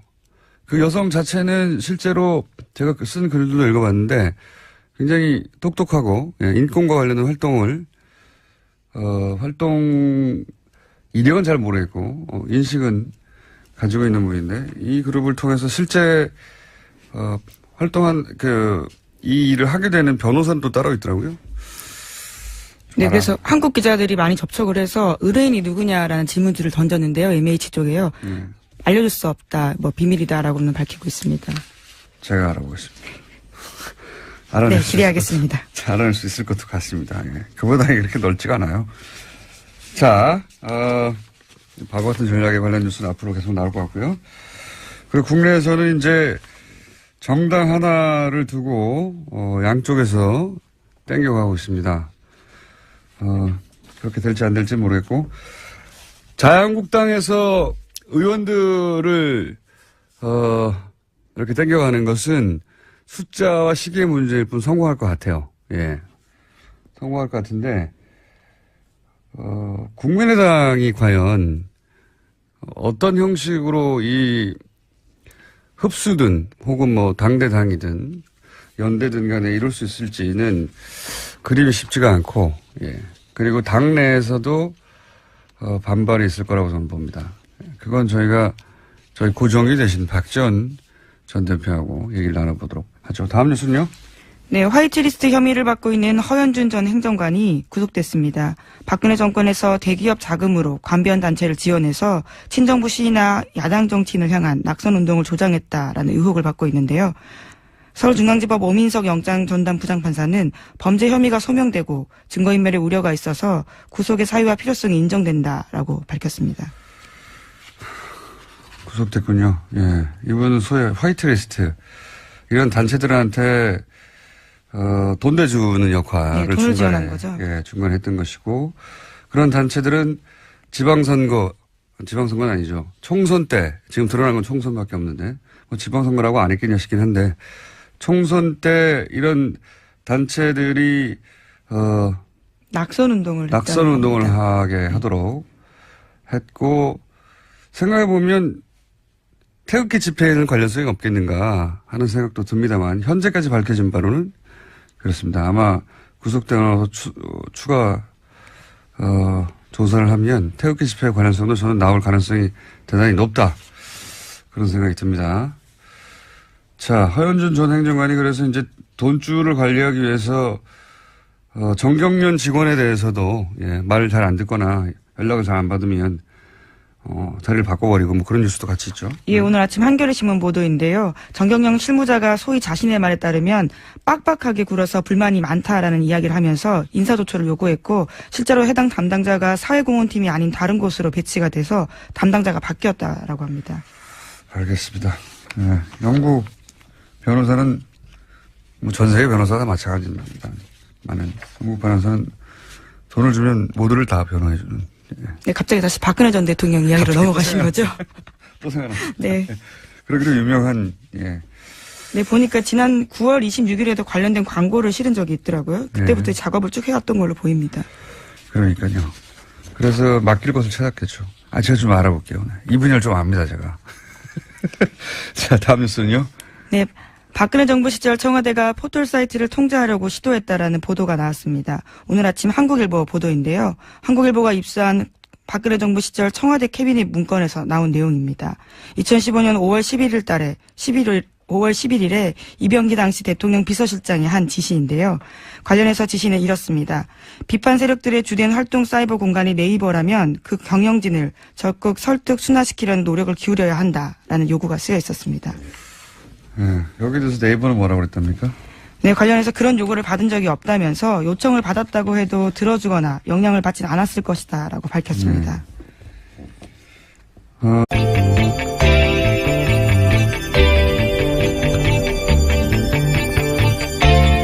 안녕하세요, 김호준입니다. 트럼프 대통령이 1박 2일 일정으로 방한합니다. 관련해 일본은 2박 3일인데 우리는 1박 2일 일정이라며 한국 홀대 기사가 쏟아졌습니다.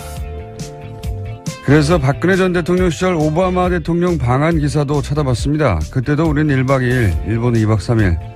당시 오바마는 오후에 도착해 다음날 오후에 떠납니다. 사실상 만 하루.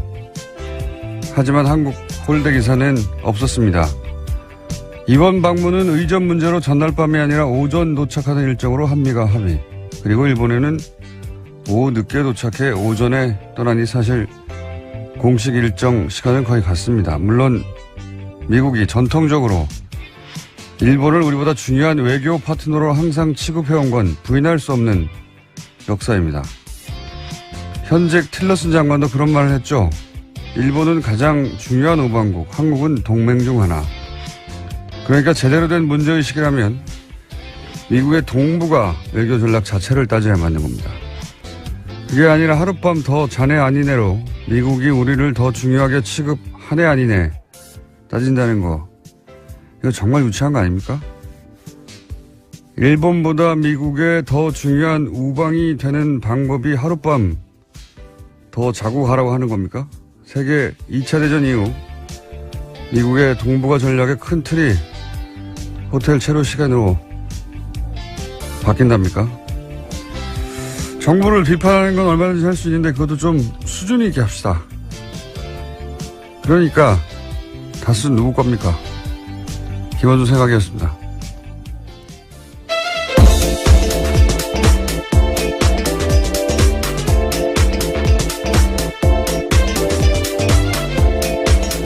시사인의 김은지입니다. 다수 누구 겁니까? 누구 겁니까? 전 이미 방송에서 수차례 말했어요. 누구 걸로 추정된다고. 자, 네. 첫 번째 뉴스는 뭡니까? 네, 박근혜 전 대통령이 구치소에서 인권 침해를 당했다면서 국제사회에 문제 제기하려는 움직임이 있다고 외신 보도가 나왔습니다. CNN이 보도한 바인데요. 박근혜 전 대통령의 국제 법무를 맡고 있는 MH그룹에서 그러한 문건을 작성했다라고 보도했습니다. 박근혜 전 대통령은 자신이 구치소에서 더럽고 차가운 감방에서 지내고 있고 계속 불이 켜져 있고 잠을 잘 수 없다 이렇게도 주장했고요. 또 건강 상태가 나빠지는데 적절한 치료를 받고 있지 못하다라고 주장했습니다. 예. 이런 걸 개뻥이라고 하죠. 더럽고 차가운 감방에서.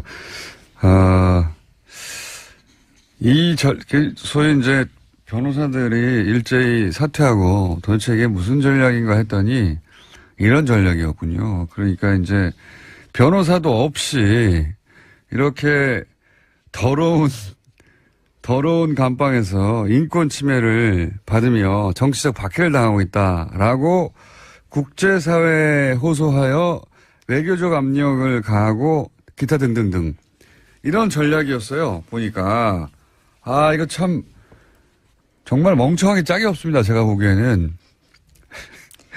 네, 이러한 내용의 보고서를 유엔 인권위원회에 제출할 예정이다라고 또 밝혔는데요. 다음 달에 예정되어 있는 유엔 인권위원회에 이러한 내용들을 영향을 미치겠다라는 의도로 보입니다. 이게 왜 멍청하게 짝이 없는지 제가 얘기를 해보자면 그 국제인권단체하고 그리고 활동가 법률그룹이 코웍을 해가지고 이런 중요한 정치사범을 위해 활동하는 게 있어요. 저도 이런 그룹을 만나본 적이 있어요. 제가 당한 적이 있죠. 그래서 저는 해외에서 이런 그룹을 만나본 적이 있어요. 실제 이런 변호사들과 만나서 면담도 해보고 이제 네덜란드에도 유명한 그룹이 있고 런던에도 있습니다. 근데 이 그룹은 보니까 그게 아니고 돈 받고 이 네이버 핵심 관계자는 모를 수도 있죠. 예. 올 수도 있는데 지금 대통령 비서실장이 회의하면서 그런 얘기를 했다는 거 아닙니까? 당시에 서슬이 벌을 때 요청을 받은 적도 없고 받았다고 해도 들어주지 않았을 것이고 어떤 영향도 받지 않을 것이다. 이렇게 기업 관계자는 말할 수밖에 없는데 삼성, 현대 같은 우리나라에 수십 년 된 재벌들이 불려가서 대통령 원하는 거 다 들어줬어요. 예. 네이버가 뭐라고요? 우리나라를 수십 년간 지배해온 대재벌들도 그러는데, 예. 그에 비하면 네이버는 작은 신생회사예요. 따지고 보면 IT 분야에서야 공룡이지만 미국에서도 구글이나 야후나 마이크로소프트 우리하고 비교가 안 되는 규모의 회사들이 스노든의 폭로에 따르면 정부 요구에 서버를 다 털어줬다는 거 아닙니까? 열어줬다는 거 아니에요. 백도 소위 열어줘서 언제든지 메일도 확인하고 하게 줬다는 거 아닙니까? 예. 네, 2015년 5월 달이면 세월호 참사 1주기 직후이고요. 또 당시에 성완종 리스트가 나와서요. 관련된 의혹들로 정부가 곤혹을 치르고 있을 때였습니다. 네이버에 댓글을 달라는 게 아니라 경영진을 지금 순화시키라는 거 아니에요? 적극 설득, 순화시키려는 노력이 필요하다라는 문건이 나온 겁니다. 정부가 무슨 인권단체입니까? 가서 설득하게. 예. 그게 실제로 어떻게 집행이 됐는지 혹은 이 회의가 유일한 소위 이제 당연하거든요. 정부 쪽에서는 매체 하나하나가 아니라 그 매체의 모든 뉴스를 다 털어서 어떤 뉴스를 맨 위에 올릴까 하는 권한을 이쪽이 가지고 있었잖아요. 사실상의 우리나라에는 모든 미디어의 편집 권한, 노출 편집 권한 늘 여기서 가지고 있었던 거예요. 그러니까 얼마나 통제하고 싶었겠어요. 근데 지금은 이제 그 중에 하나의 문건이 나왔을 뿐이고 이게 처음 한 생각이겠냐 이거예요. 예. 저는 그렇게 생각하지 않습니다. 네이버가 뭐라고요? 그냥 회사예요. 회사, 공공기관, 어마어마한 공공기관, 어마어마한 대재벌도 주물럭주물럭 했는데요. 그런 생각을 하는 게 합리적인 추정이죠. 거꾸로 네이버는 그 수많은 요구들을 어떻게 안 들어주고 아무런 영향도 받지 않았는지, 예. 책을 하나 내도 됩니다. 정말 그랬다면. 그리고 그랬다면 누군가 감옥에 갔겠죠. 라고 저는 생각하는 바입니다. 자, 다음 뉴스는요. 네, MBC 관련된 소식입니다. 김원배 방송문화진흥회 이사가 어제 사퇴 의사를 밝혔습니다. 모건대 총장 출신인데요. 김 이사는요, 박근혜 정권 당시에 여권 추천으로 임명된 바가 있습니다. 김 이사의 사퇴가 공식적으로 처리가 되면요, 빈자리는 현재 여당인 더불어민주당의 추천 인사로 채워지게 됩니다. 박문진, 이사진이 이제 구성이 역전되는 거네요. 이렇게 되면, 그죠? 네, 그렇죠. 지금 MBC 사장 해임 권한을 가지고 있는 박문진의 행보가요, 굉장히 중요하게 결정됩니다. 그러면 이제 MBC 총파업 사태가 갑자기 급진전될 수도 있겠습니다. 예, 이렇게 되면. 뭐 아직 확정된 건 아니니까요. 그런데 의사를 밝혔다는 뉴스가 나왔네요. 이렇게 되면 MBC 본부 총파업이 앞서가는 거긴 한데요. 아직. 요 뉴스만을 기준으로 보자면, 총파업이 중요한 분수령을 지나고 있는 와중이네요. 네, 게다가 고용주 박문진 이사장 같은 경우에도 자신의 거취 문제를 고민하고 있다라고 언론과 통화에서 밝혀서요. 여러 가지로 분수령을 맞이할 전망입니다. 알겠습니다. 다음 뉴스는요? 네, IS와 관련된 소식도 있는데요. 이슬람 무장 세력인 IS가 4년 가까이 장악했던 시리아 라카를 빼앗겼습니다. 경제 수도 모술에 이어서 라카까지 빼앗기면서 IS가 대부분의 근거지를 잃게 됐습니다. IS는 거의 끝나가는 것 같고요. 예. IS가 거의 끝나가자 IS 전투의 최전선에 섰던 이제 쿠르드 자치정부가 독립선언을 했잖아요. 맞물려서. 그 쿠르드 독립도 어렵게 됐다는 뉴스가 많이 나왔어요. 예. 네, 이라크 정부군이 쿠르드 자치정부가 장악했던 핵심 유전지대인 돈 받고 하는 거예요. 사선 변호사 쓰고 돈 받고 하는 건데 우선 이 MH 그룹을 좀 알아보니까 이 대표가 아랍계 여성이더라고요. 그리고 대표적인 사례가 이제 리비아 카다피 아들을 실제 석방시키는데 성공한 사례가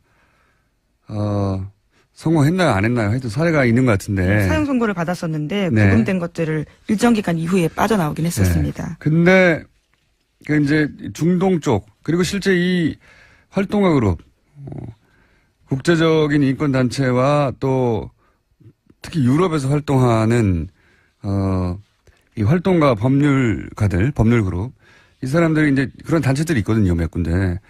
그 사람들이 주로 이제 아시아에서는 미얀마나 베트남이나 중국 아니면 나머지 국가에서는 아프리카나 중동 이런 지역에 이제 정치적 정치범들이나 또는 뭐 박해받는 열악한 인권 환경에 있는 것을 위해서 활동하는 사람들인데 그런데 지금 이 MH그룹의 이 대표가 아마도 아랍계여서 특히나 이 케이스가 대표적으로 올라온 것 같은데 리비아의 카다피 아들. 근데 제가 왜 멍청하다고 생각하냐.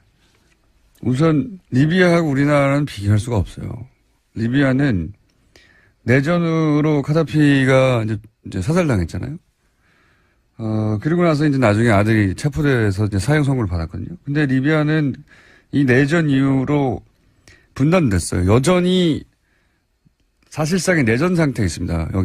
여기는 하도 나라가 불안정해서 IS가 국가 선언한 지역이기도 하고 그러면서 난민도 대량으로 발생하고 여기 부족이 100개가 넘어요. 서로 아직도 싸우고 있는 곳이거든요. 우리나라에서 여행 금지국이에요. 예. 여기서 이제 소위 반대쪽 편에 있던 정부가 잡아서 체포하고 사형 선고를 한 겁니다. 그래서 이런 게 국제사회에서 먹히는 부분이 있었던 거예요. 근데 우리나라하고는 비교가 안 되는 게 우리나라에서는 정상적인 국회 통과를 하고 헌법재판소를 통과하고 그리고 시민들이 평화적 시위를 거치고 완전한 합법으로 네, 모든 법적 절차를 제대로 거쳤고요. 그리고 변호사도 받고 있었고요. 그리고 무슨 더럽고 좁고 추운 곳에서 영양실조 올려가지고 만성질환으로 영양실조 자기가 예, 그에 대해서는 법무부가 당장 반박을 했는데요. 네. 박근혜 전 대통령이 지난 7월과 8월 달에 성모병원에서 2차례 외부 치료받는 등 충분한 진료기회 보장받았다라고도 하고요. 또 규칙적인 식사, 충분한 운동기회를 주고 있다라고 하고 있습니다. 그리고 이 영국 변호사가 우리나라에서 변론을 할 수가 없어요. 법정에 쓸 수도 없는 거 여론전만 하는 거거든요. 생각해 보세요. 이게 정말 멍청한 전략이라고 생각하는 게 우리나라 사법부를 더 열받게 하는 것이고요. 기본적으로. 우리나라 교정 당국도 열받게 하는 것이고요. 우리가 언제 그랬다고 그래. 우리 정부도 열받게 하는 겁니다. 우리가 무슨 박해를 했다고 그래. 그리고 우리 외교부도 열받게 하는 거군요. 이 질의 상대가 이제 외교부란 말이죠. 유엔 쪽에서. 근데 우리 외교수장이 유엔 전문가예요. 난 성공할 수가 없다고 봅니다. 이 전략이 도대체가. 이런 바보 같은 전략을 구사하니까 참 반갑긴 하네요. 예, 심지어 이러한 인권 상황에 대해서 문제 제기를 했을 경우에는요, 이미 네. 지난 3월 달에 비정부 기구의 의견 개진이 필요하다라고 합니다. 하지만 이제 와서 하는 것들이기 때문에요, 당장 의견 개진하기도 쉽지 않은 상황이라고 하고요. 이건 무의미하다니까요. 네, 여론전에 제가 보기에는 불과하다라는 거죠. 국제적으로 망신을 당할 거라고 봅니다, 저는. 이 전략을 구사해서, 굉장히 일관되게 이 관련 기관들과, 또는 외교부가 명확한 근거를 들어서 반박할 거거든요. 정말 특별히 나쁜 대우를 받고 있다면 그럼 다른 수감자들하고 똑같은 대우를 해주면 됩니다. 같이 집어넣어가지고. 지금 특별한 대우를 받고 있잖아요. 네, 지금 혼자 쓰고 있고요. 또 일반 수용자에 비해서 4배 정도 크기에 있는 수용시설이 있습니다. 자, 이건 정말 멍청한 전략이라고. 이게 어떻게